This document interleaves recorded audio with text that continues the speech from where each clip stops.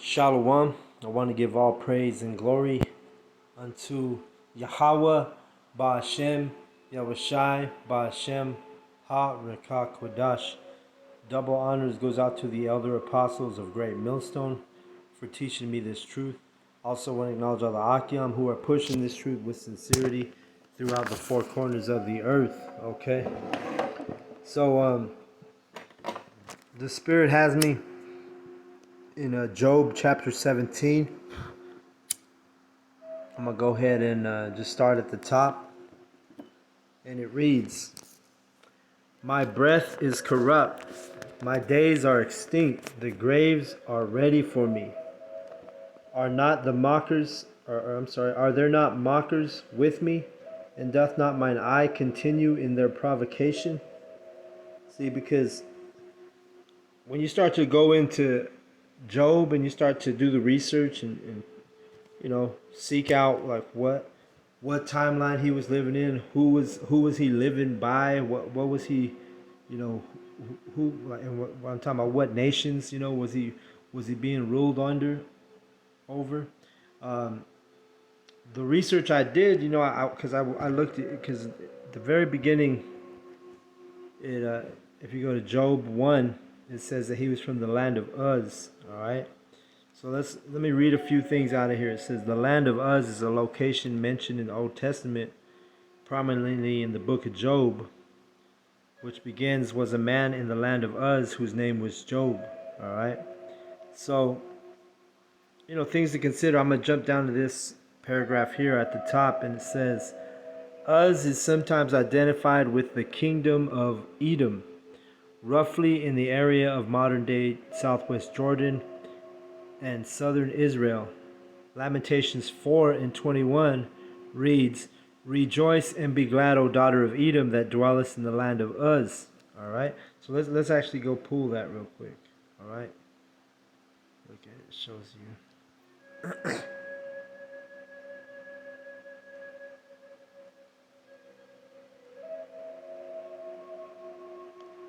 Eliphaz, who's one of the guys who talks to Job, he was a Temanite. All right. But see, the thing is, and I haven't totally done the research on this, but through the Spirit, I will, or through the Spirit, one of the elders will break it down. But Eliphaz, it says the Temanite in you see right here, it says here. Let me read it. In the book of Genesis 36:15, the name Teman is referred to a son of Eliphaz, Esau's eldest son. Job's friend Eliphaz was a Temanite. All right. So Teman, we know, is the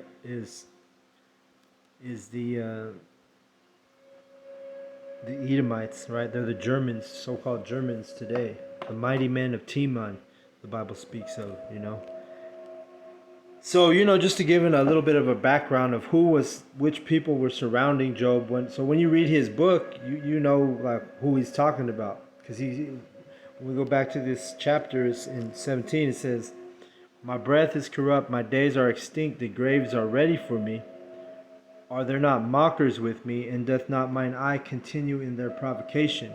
So when you do that little research, you start to realize that the land of Uz was dealing with Edomites. All right, so he had a lot of Edomites around him, and even if Eliphaz was an Edomite, or I'm sorry, he was one of the men who came and confided with Job while Job was going through some hell, right?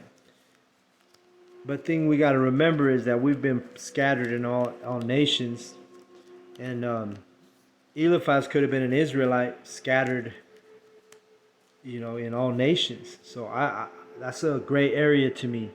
It's beyond my understanding. I don't know if Eliphaz was because it says he was a Temanite, but again, we were scattered as a curse among all nations. So just because it says he's a Temanite, it don't mean he wasn't an Israelite. All right. And technically, and don't quote me on this, but I believe Job was before. Well, you know what? I'm not even going to speak on that. I'm not going to speak on something I don't know. So I'm going to hold my tongue. I'm going to hold my peace. and just keep reading. All right, it says, because I don't want to lead, I don't want to, lead the brothers, lead the flock astray. All right, with wrong information. So through the Spirit, we could all dig deeper and figure out, what nationality were Job's friends that confided with him. Because if you just take it at face value, they were Edomites, because it says Eliphaz was a Temanite. So, but we're the prophets, so we just be diligent, keep studying, and these secrets are revealed to the prophets. All right. But the point is that Job, he was surrounded by Edomites. What I'm learning, okay? That's why, he said stuff like he would not let the flock of his dogs lay down with them, Let me get that real quick. Let me just grab that. He was talking about these Edomites. Job was surrounded by Edomites. See, he says, but now they that are younger than I have made me in derision, whose fathers I would have disdained to have set with the dogs of my flock. See, he's talking about Edomites. And we know Job speaks in the Edomites a lot because, he's the one who said, well, let's get this. Job said a lot of stuff about Edomites, and it wasn't good, So let me, here it is right here. Oh, this one I want to bring out, Job 5:12. He disappointeth the devices of the crafty so that their hands cannot perform their enterprise. All right, he's talking about Edom right there. Remember, he was dwelling in the land of Uz, which was basically a city with Edomites. Sometimes you go in these cities and their population is filled with Edomites compared to other cities. Like towns. The thing I think of is, like Baltimore. There's a lot of Israelites there. California, Southern California, you got a lot of Israelites. Texas, lots of Israelites. Colorado is actually known as an Edomite place. I think somebody was bringing out a few months back that there are more Edomites in Colorado than in any other city or state, So this is a high concentration where I live of Edomites. So I'm like Job, where I'm surrounded by these fucking Edomites. But anyway, Job 17. Just wanted to get, set the context, set the stage a little bit. When you read Job, just remember that he was surrounded by Edomites, man. So when he's talking in these verses, he's talking about the Edomites. A lot of these verses are pertaining to Edomites. Like verse 2, are there not mockers with me? And doth not mine eye continue in their provocation? Let me go to the back to the literature I was going to read here. It says, Teman was the name of an Edomite clan and of its eponym, according to the Bible, and an ancient biblical town of Arabia, Patareia. See, so they try to make it sound like it's Arabic, but Edomites are so-called white people today. Let me jump down pull it up to the bottom, to the top. It says, in the book of Genesis 36 and 15, the name Teman is referred to a son of Eliphaz, Esau's oldest son. Job's friend Eliphaz was a Temanite. In Job 2:11, it tells you. Yeah, I remember I read that, and I thought about that. I said, oh shit, he was being confided with by Edomites. But again, it's a mystery right now, until the elders speak on it. And honestly, I remember Elder Tahar did speak on this one time, and it was through the Spirit because I had just read it and was wondering if Eliphaz was an Edomite. And if I remember correctly, Elder Apostle Tahar spoke on it, but he was saying that Eliphaz would have been an Israelite, but in the land of Teman. All right. But the thing that just makes it a little more, confusing, for lack of a better term, let's go to it real quick. Genesis 36. This talks about Esau and his generations, right? Now, Genesis 36:31. Now these are the generations of Esau, who is Edom. Esau took his wives of the daughters of Canaan, Adah, the daughter of Elon, the Hittite. See, even Esau was taking different women from different nations and tribes, not just Jake. But Esau did the same thing, you know. So when we go to let's see, like you got to read verse 8. That's a strong verse. Thus dwelt Esau in Mount Seir. Esau is Edom. All right. Whenever you read about Mount Seir in the Bible, like I believe it's in Ezekiel 35 or 36. Actually, let me get it. Well, no, let me get it in my Bible because I want to stick to the point here. But whenever you read about Mount Seir, you know that's talking about the so-called white people, the Edomites. All right. Let me get to it real quick. Okay, so Ezekiel 35 goes into prophesying against Mount Seir. All right, that's how it starts out. And basically that prophecy is prophesying against these so-called white people. All right, that's the point.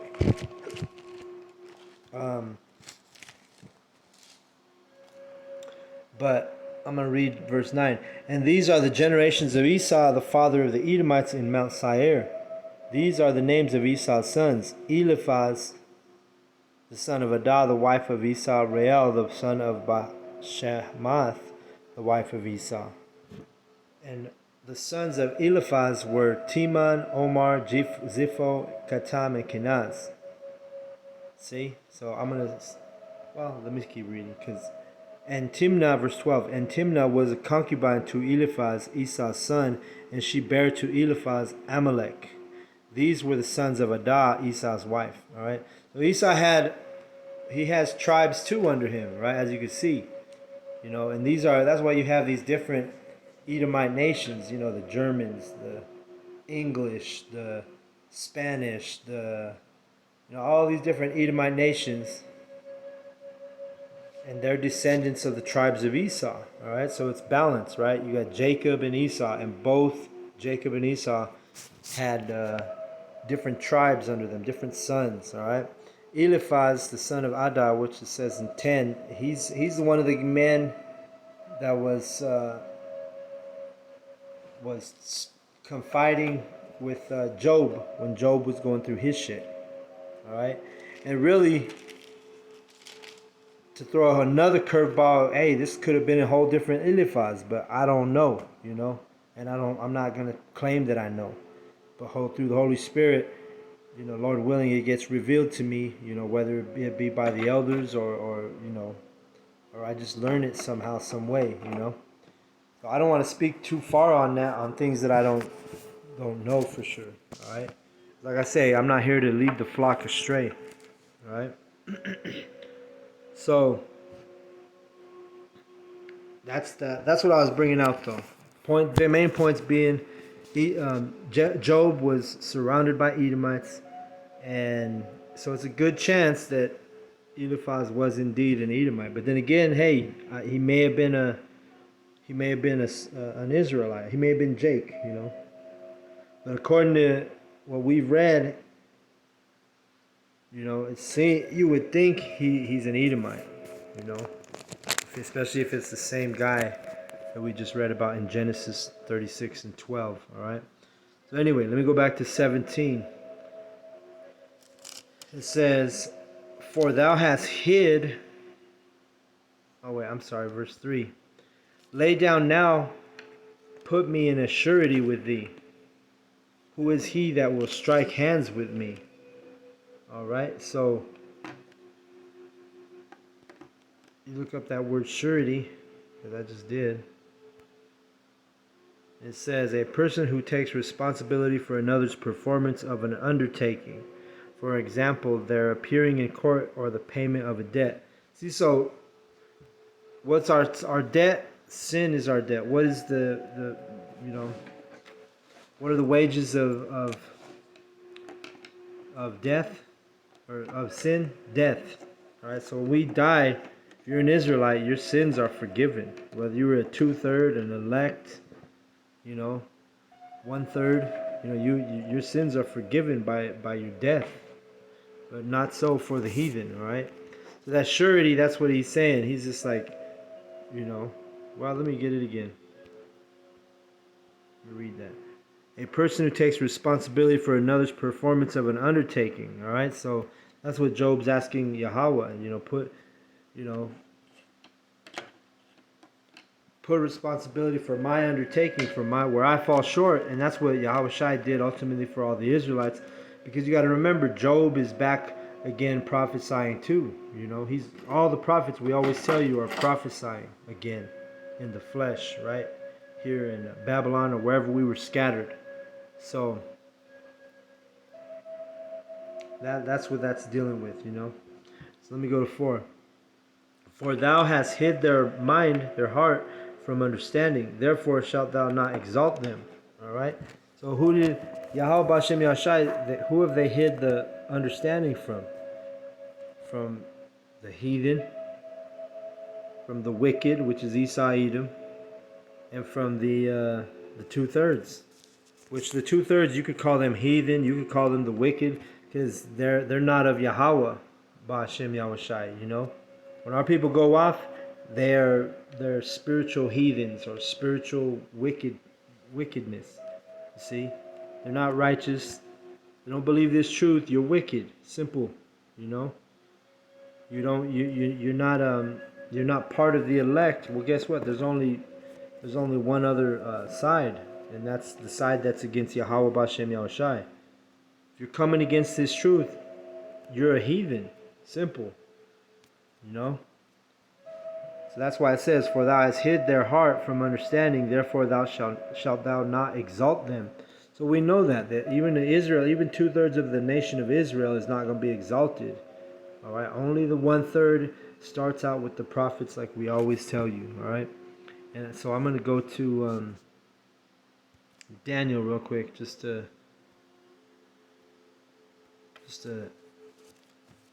hit this one home. All right, it says Daniel 12:10. Many shall be purified and made white and tried, which that's the elect, right? We're going to be tried by the fire. But the wicked shall do wickedly, and none of the wicked shall understand, but the wise shall understand. So it says here in verse 10 that none of the wicked will understand. And that's what we just read in Job. All right, read it again. Job 17:4. For thou hast hid their heart from understanding. Right? So they don't understand. And remember, Job was surrounded by Edomites because he was in the land of Uz, which fucking the majority of the population in the land of Uz was Edom. Alright? He that speaketh flattery to his friends, even the eyes of his children shall fail. Alright? And that's Esau Edom. He's always flattering Jake, And in the back of his mind, he's thinking about how to fuck him over. But he'll flatter you to your face. That's the spirit of Esau Edom. He'll try to act like he'll tell you, oh, I got black friends. Or, oh, man, I love Mexican food. My wife tried to make some Mexican food, some Issachar food, but it didn't come out like Juanita's, or whatever. That's how he flatters you Israelites, you Jakes, 2/3 of you just eat that shit up and fall for his bullshit. But the 1/3, that remnant, we're not in that spirit anymore, man. We ain't trying to get no approval from Esau Edom anymore. Let me keep reading.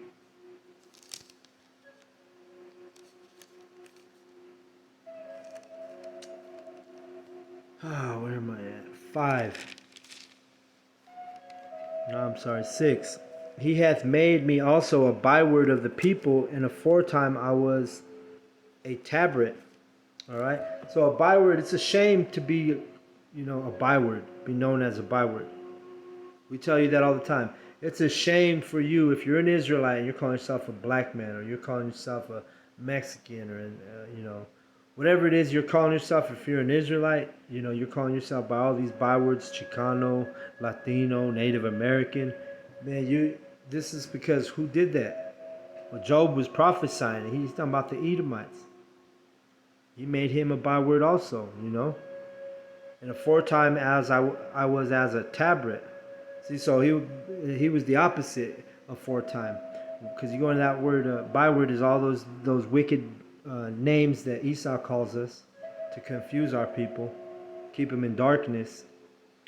But Job says, aforetime I was a tabret. I was as a tabret. And what is the tabret? It's a musical instrument, you know. So it was like a celebrated thing to know who you are. When you find out you're an Israelite, hey, that's a thing. That's a reason to celebrate, you know. But when you stay among the congregation of the dead, then hey, you're gonna remain as that byword, you know. That's what Job was speaking on. Verse 7, mine eyes also is dim by reason of sorrow, and all my members are as a shadow. Upright man shall be astonied at this, and the innocent shall stir himself against the hypocrite. The righteous also shall hold his own way, shall hold on his way, and he that hath clean hands shall be stronger and stronger. All right. So we read it earlier. Many shall be purified. It was in that verse in Daniel. Many shall be purified. All right. And who's going to be purified? The elect, the prophets. What's going to purify us? This truth purifies us. Right? It cleans you. When you grew up in Babylon, man, your mind was all sorts of corrupt and polluted and defiled. You know, you didn't even know who you were as a nation. But then slowly, as you're guided by the Holy Spirit in this truth, now you're able to, you're cleansing yourself of that pollution. You know, you're cleansing yourself of that wickedness. So we read it in Daniel 12 and 10, you know. Many shall be purified and made white and tried. All right. Only the wicked, none of them will understand. You see, I'm not going to keep reading that, but I'm going to go to Zechariah. Because that shows you who's going to be tried in the fire and who's going to be purified. All right. Let me start at 7. It says Zechariah 13 and 7. Awake, O sword, against my shepherd. See the sword. Who's the sword? Esau Edom. That's his blessing, right? He's saying, wake up, Esau Edom. Why? So he could. And he did wake up. He woke up during the time of the Renaissance. That's why that word means rebirth. Renaissance period. That's when they gave you Cesare Borgia, you know. And that was, even that image is a sword. Why? Because it destroys our people, you know. It's a false idol, right? It keeps our people in darkness. It's a sword. It leads them to destruction. That's why I say, awake, O sword, against my shepherd. Who's the main shepherd? Yahweh Shai. All right? And against the man that is my fellow, saith Yahweh Bashem Yahshai of hosts, smite the shepherd, and the sheep shall be scattered, and I will turn my hands upon the little ones. See? So if they knew that if they could crucify Yahweh Shai, that the sheep was going to have a hard time, building up this church in the last days. Because we're the sheep now. We're the flock, right? And it's dealing with the men of the truth, right? Giving our testimonies, giving our truth, giving our lessons, giving our, doing our camps. We're testifying out there. You got to be a man to testify, because to testify you have to have testicles, all right? That's where that root word comes from. So let's go to real quick for a precept. Ezekiel, see the 34:31. It says, "And ye my flock, the flock of my pasture, are men, and I am your power, Yahweh, saith Yahweh the power." All right. So the flock of the Lord's pasture are men, and we're the ones who are getting tried each and every day in Babylon. Because why? Because we're still being ruled just like Job. We're still surrounded by Edomites, man. You so-called white people, man. Filthy. Don't let your dogs lay by them, man. Job told you. Job already told you, you know. Oh, Salakia. Alright, Salakia. So, let me go back in on Zechariah 13 and 8. And it says, "And it shall come to pass that in all the land, saith Yahweh Bashem Yahushai, 2 parts therein shall be cut off and die, but the third shall be left therein." So everybody wonders, oh, well, what are these guys talking about, the 2/3? What are they talking about, the 1/3, the 2/3?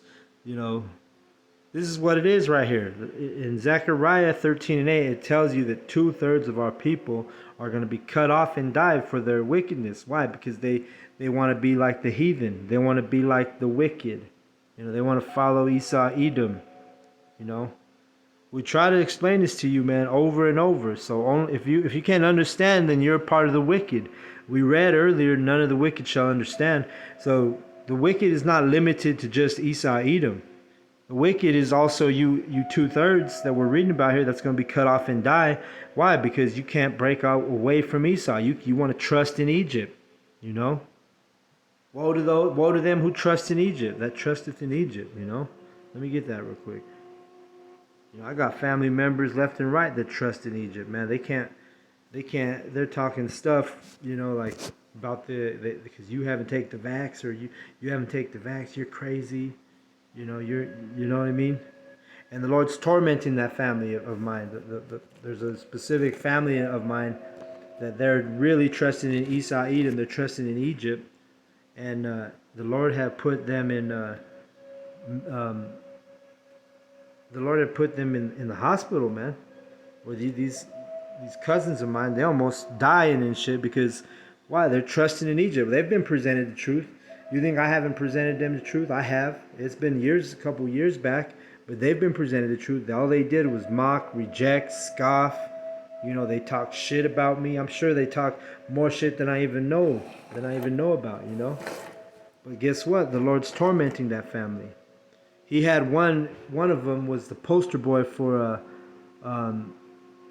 Colorado for being a so-called hero, right? Because he was on the front lines battling COVID in the heat of the battle. He was sent to go to New York and then to Houston, Texas, to be in the fire, right, or what they call it as a respiratory therapist. All right, so he went in there to go help, the cause or whatever, help against the COVID, if you will, and ended up getting sick. And the brother probably just got sick. He probably just got a cold. I had a bad cold during the COVID, but I didn't go run to the testing station and find out if I had a COVID. No, I just dealt with it, passed. The Lord gave me an immune system, so I was able to do, my herbs and my garlic and the things that I do to get myself back together when I get sick. But the ones that trust in Egypt, they are doing what these cousins I'm telling you about. They run to Esau. They go run to Esau. Both of them. One was a year ago. He ran to Esau. He thought he was so sick, and he's a big man. He's I would say 5'10", 5'11", and probably 400 and something pounds. All right, I don't know for sure, but he's a huge man. He's already on a fucking what they call it, the thing that helps you breathe at night. The name slips me, but he's already using one of those machines to help him breathe when he sleeps. And on top of that, he caught the cold. And then he turned into the poster boy for the hero for Esau Edom. They did a story on him on the news. The local news is over here, set him up a GoFundMe where he got all kind of money, But what? He's trusting in Egypt. So long story short, he's in the hospital. What did Esau do? Esau goes and puts him in a medically induced coma. It wasn't when you hear of people going into coma and they just went into a coma, right? No, this is a medically induced coma, meaning Esau Edom shuts your ass down to the point where he's just got you living off of machines that you're hooked up to, and that's what this cousin of mine, that's what he was dealing with. He was in a coma for he was not in a, how do I word this? He was put in a medically induced coma by Esau for a month. So he was being fed by Esau through a tube in his fucking throat. And then whatever they connect you they connect you to some machines so you can breathe. And, he was in a bad state. Everybody thought he was going to die, And he's mocked the truth several times. He continues to mock the truth. So it made sense to why he was in that condition and why the Lord had him in that condition. But did he come out of it repenting? Did he come out of it calling on Yahweh Bashem Yahshai? No. He came out the same way he was. Came out as a heathen. Just like when he went into the coma, he came back out of the medically induced coma. He came back as a heathen. All right? And I'm just going to say it as it is. So fast forward 1 year, and his biological brother, now he was the one in the medically induced coma. And as we speak right now, his brother is still in a medically induced coma. And this part of the family of mine, they have mocked, rejected, scoffed, talked shit about the truth. And look at where the Lord has them, man. He has them dealing with, they're being terrorized by this fucking fake ass virus. And you know, it may be a real virus that Esau created, but guess what? It's not touching his elect, you know. This COVID-19 can't touch the elect, you know. And if you do get sick, guess what? Do what you've always done. Recuperate, rest, take some herbs, take some garlic, take some natural remedies that are all on the earth that we use to heal ourselves. Boost your immune system, the immune system that Yahweh Bashem Yahshai gave you. And stop trusting in Egypt.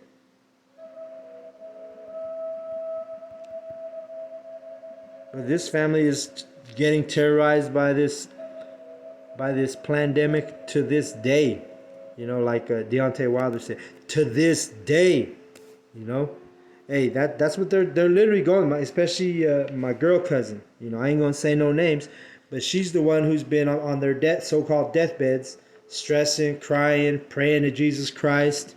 You see, mocking. Matter of fact, I'll be honest with you. This is how wicked she was. I went to go in just to go see my cousin, just to go see him. You know, just out of whatever. I don't want to say out of respect. Just being a cordial person. I went to go check on him. And long story short, you know, I got up through the, you know, you walk in the Esau's hospitals nowadays, and they got to grill you on why you're there, who you're there with to see, and whatever. And I was like, well, hey, I got to see so and so, and you know, I'm just coming in to see him real quick. And they were like, oh well, it's only for immediate family. He can only be seen by immediate family, you know, because you know he's on his deathbed, so called, right? So I'm like, all right, well, I'm his brother, which I lied. I'm not really his brother, but I said that. And then the nurse looked at the other nurse and she said, oh, should we let him up? And the other nurse was shaking her head. Yeah, go ahead and let him up. And then so they gave me a pass, right? Through a little wisdom, I was able to you know, get past the nurses to go to see my cousin, right? I get up there to see my cousin, right? I walk into the room where he's at, where he looked pretty fucked up. Eyes all swelled up. He's in a medically induced coma. He can't really hear you, talk to you, none of that. But long story short, there's my girl cousin sitting there on a chair. Did she greet me? Did she say, oh, thank you for coming to see my brother? Thank you. Can you pray for him in Yahweh Bashem Yahshai's name? No, hell no, she didn't do any of that. Instead, the first thing she do, she sees me. As soon as I walked in, the first thing she said, how did you get up here? What are you doing? What? How'd you get? What? Oh my God! Who let you in? How did you? And then she got all worked up, basically kicking me out right away. Then never even said hello, hi, how you been? Thank you for visiting my brother. None of that. She said, oh, this is only for the brothers and the sisters. I said, well, in my head I'm thinking, well, motherfucker, I told them I was his brother. That's why I'm up here. But no, did she do that? No, she was all worked up. She knows that I'm a man of this truth. She didn't say, hey, pray for my brother in the name of Yahweh Bashem Yahshai. Instead, she just rejected me at the door, which, hey, that's all fine and dandy. I don't care about that, you know. I did my part. I was going to go see your damn brother. You know, you don't want to see me. You want to mock the truth. You want to call on Jesus Christ. Do all that and more, you know. But guess what? Woe to the one who's trusting in Egypt. And that's them. You want to trust in Egypt. You want to trust in this vaccination. You want to trust in everything. Let me get it real quick.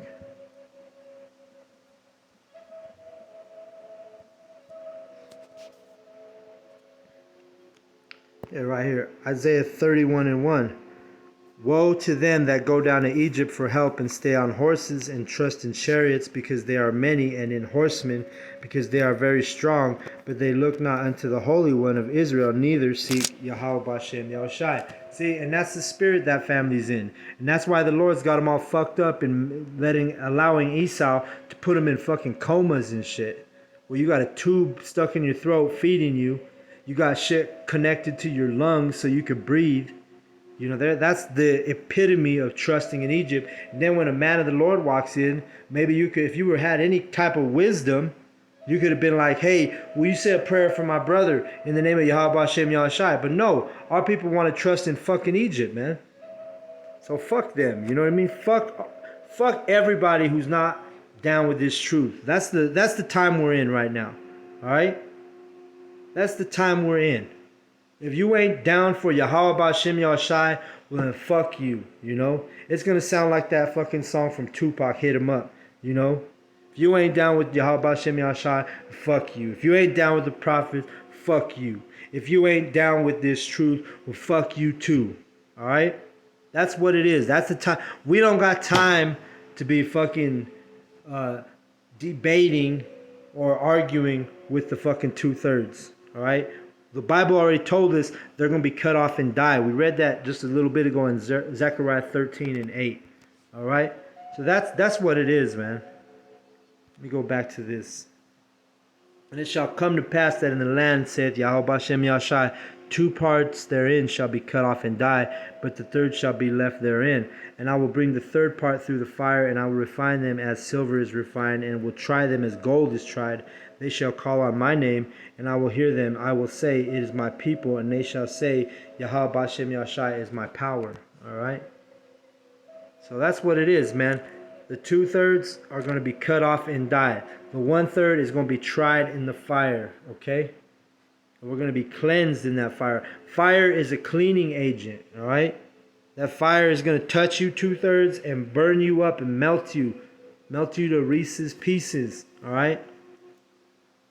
Melt you to powder under our feet. We're going to step on that thing, you know?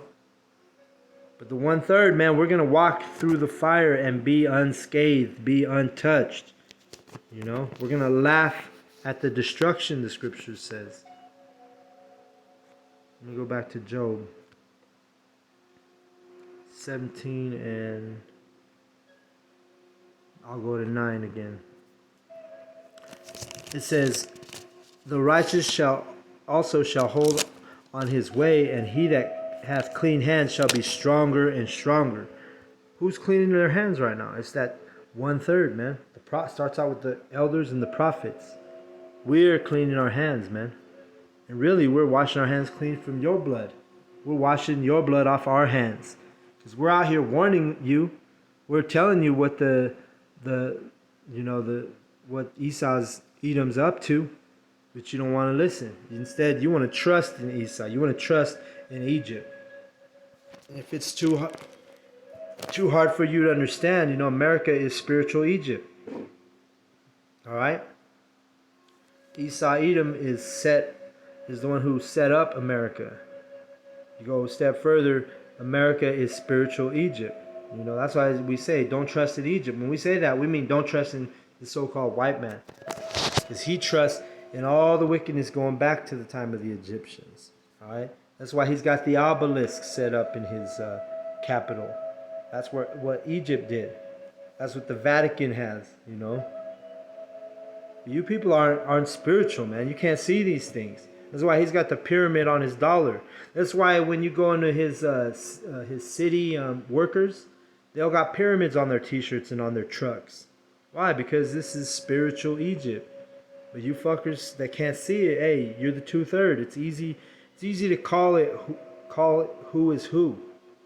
If you're hearkening to this truth, hey, there's a good chance you're part of the remnant, part of the 1/3, part of the elect. If you don't listen to us, if you want to be a fucking jackass and you want to put all your family in the hospital and you want to fucking let Esau medically induce them in a coma, then you're a fucking 2/3, man. It ain't no fucking way around it. And you're going to scold the prophets, you know. You don't turn to a man of God and ask him for a prayer in the name of Yahweh Bashem Yoshai. Instead, you kick him out. That's a 2/3 right there, man. It ain't my fucking it ain't no, you know what I'm saying? I'm not gonna lose no sleep over that shit. Let me go back to where am I at? Well, let me go to 22:30. Job 22:30. He shall deliver the island of the innocent, and it is delivered by the pureness of thine hands. See? So we're pure in ourselves. We're being made purified. We're going through the fire, you know. Part of the fire is being mocked. Part of the fire is being scoffed. Part of the fire is being, told, hey, you can't buy no groceries because you haven't got a vaccine. You can't buy no groceries because you ain't got the MOTB, mark of the beast, you know. So it is what it is, you know. The elect are going to endure, and the same shall be saved. All right, like it tells you in Matthew. Job, back to Job 17, and I'm at 10. But as for you all, do ye return and come now, for I cannot find one wise man among you. All right, and that's how we feel, man. We have a hard time finding one wise man among these people. You know, because why? Because the prophets are gold, man, rare. You're either going to be the mold or the gold, right?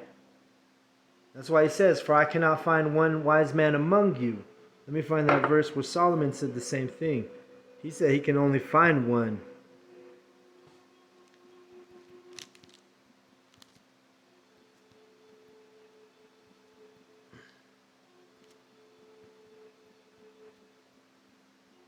It's in Ecclesiastes.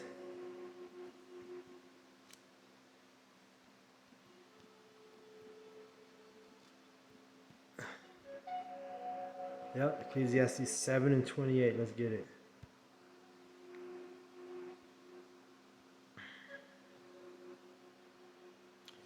He says, which yet my soul seeketh, but I can't. Well, let me see. Let me read 27. Ecclesiastes 7 and 27. Behold, this have I found, saith the preacher, counting one by one to find out the account, which yet my soul seeketh, but I find not. One man among 1,000 have I found, but a woman among all those have I not found. Lo, this only have I found, that Yahweh the power hath made man upright, but they have sought out many inventions. All right, and that's what the 2/3 do. They're those inventions include all those machines that are keeping my cousins, alive when they're in those medically induced comas. You know, that's what they're trusting in Egypt. You know, they're not trusting in the Lord. They're not trusting in Yahweh Bashem Yahushai. Solomon said he found one man among 1,000 that could understand this wisdom, and not one woman. It's hard for the women, man. All you got to do to test this proverb in Ecclesiastes, all you got to do is go get you a woman and teach her the whole fucking truth and tell me you ain't going to regret it. I bet you were going to regret it, man. You start giving them some milk and it's all fine and dandy, but when you start getting to the meat, you start telling them about the multiple wives that are going to be in the kingdom. You start telling them about, they can't speak in the church. They can't, there's an order. They got to be a servant, that they're your property. Come on, man. I believe in the Bible. I believe these women. I believe in the Bible. You tell them all the truth. You tell them all that the Bible says, and all that's out the window. Now all of a sudden they're offended, all right? That's why Solomon said this. He said, I found one man out of 1,000, which is the prophets, the elect. He ain't found one woman, man. Really, it's more so for a prophet, all right? Because there are going to be righteous women that get saved. I'm not saying that no women are going to get saved. Because that wouldn't make any sense. We got to bring the kingdom back, all right? We're going to need women. So, but that's what it is, man. And I'm going back to Job, all right? Because Job said he couldn't even find one wise man among you, 17 and 10. But as for you all, do ye return and come now, for I cannot find one wise man among you. See? And he was among the Edomites. That's why, because Solomon was around Israelites. So he said he found one man. But like I've been saying in this lesson, Job was surrounded by Edomites, so he can't find nobody. Why is that? Because he's surrounded by Edomites. Even his friends that came to talk to him, see him through the Spirit, it makes me think that they were probably Edomites. Because he's telling them, I didn't find one man among you. Anyway, verse 11. My days are past, my purposes are broken off, even the thoughts of my heart. All right? They change the night into day. The light is short because of darkness. Yeah, well, what's the light? What's that light that's short? It's this truth, this wisdom. Why is they've changed the night into day and the light is short? But the light's short because these Edomites are not giving you the truth, man. If I wait, the grave is mine house. I have made my bed in the darkness. I have said to corruption, thou art my father. To the worm, thou art my mother and my sister. All right?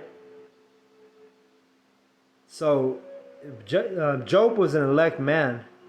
All right? And he's being humble here. He's saying, he's acknowledging that he's not perfect, man. He's acknowledging because Yahweh B'Hashem Yahshai allowed Satan to torment him, to test him.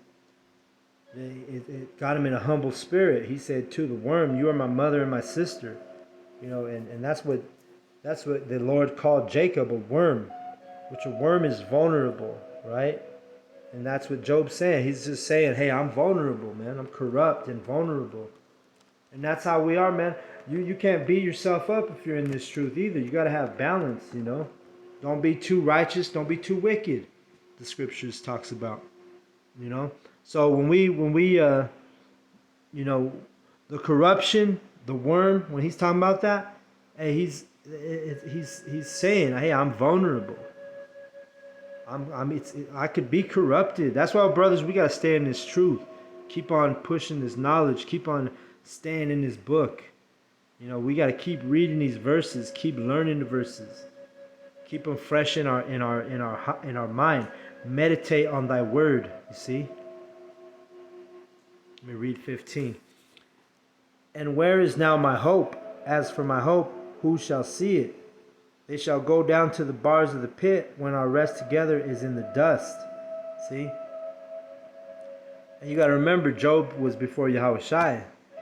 So, but guess what? Through the reincarnation, through the regeneration, Job is back, just like all the prophets are back. We don't know who they are because there's no remembrance of the past things in their life, right? It tells you that in Ecclesiastes. But, you know, that was a valid statement for him to say, where is now my hope? Because at that time, there was no hope for the Israelites. We didn't have Yahushua. We didn't have him to be a surety for the nation of Israel, to take the baton and run with it and finish the race, which that's what he did when he walked in Rome. He took that baton and he finished the race for us, right? He got us the victory. Now, we don't. That's why we don't speak like that. The prophets, we don't. Verse 15, we don't speak like this anymore. And where is now my hope? As for my hope, who shall see it? See, we don't speak that way anymore. Why? Because Yahushua was before our time. Job was before Yahushua's time. And when he was the soul as Job, you know, Yahushua hadn't been on the scene yet. So, you know, I'm gonna go ahead and close it out on that. That's the last verse of this chapter. But Lord willing, this was an edifying lesson. And I want to give all praise and glory unto Yahweh, Ba'Hashem, Yahushai, Ba'Hashem, Ha-B'Kakodash. Double honors goes out to the elder apostles of Great Millstone for teaching me this truth. Also, I want to acknowledge all the Akyam who are pushing this truth with sincerity throughout the four corners of the earth. Shalom to the elect.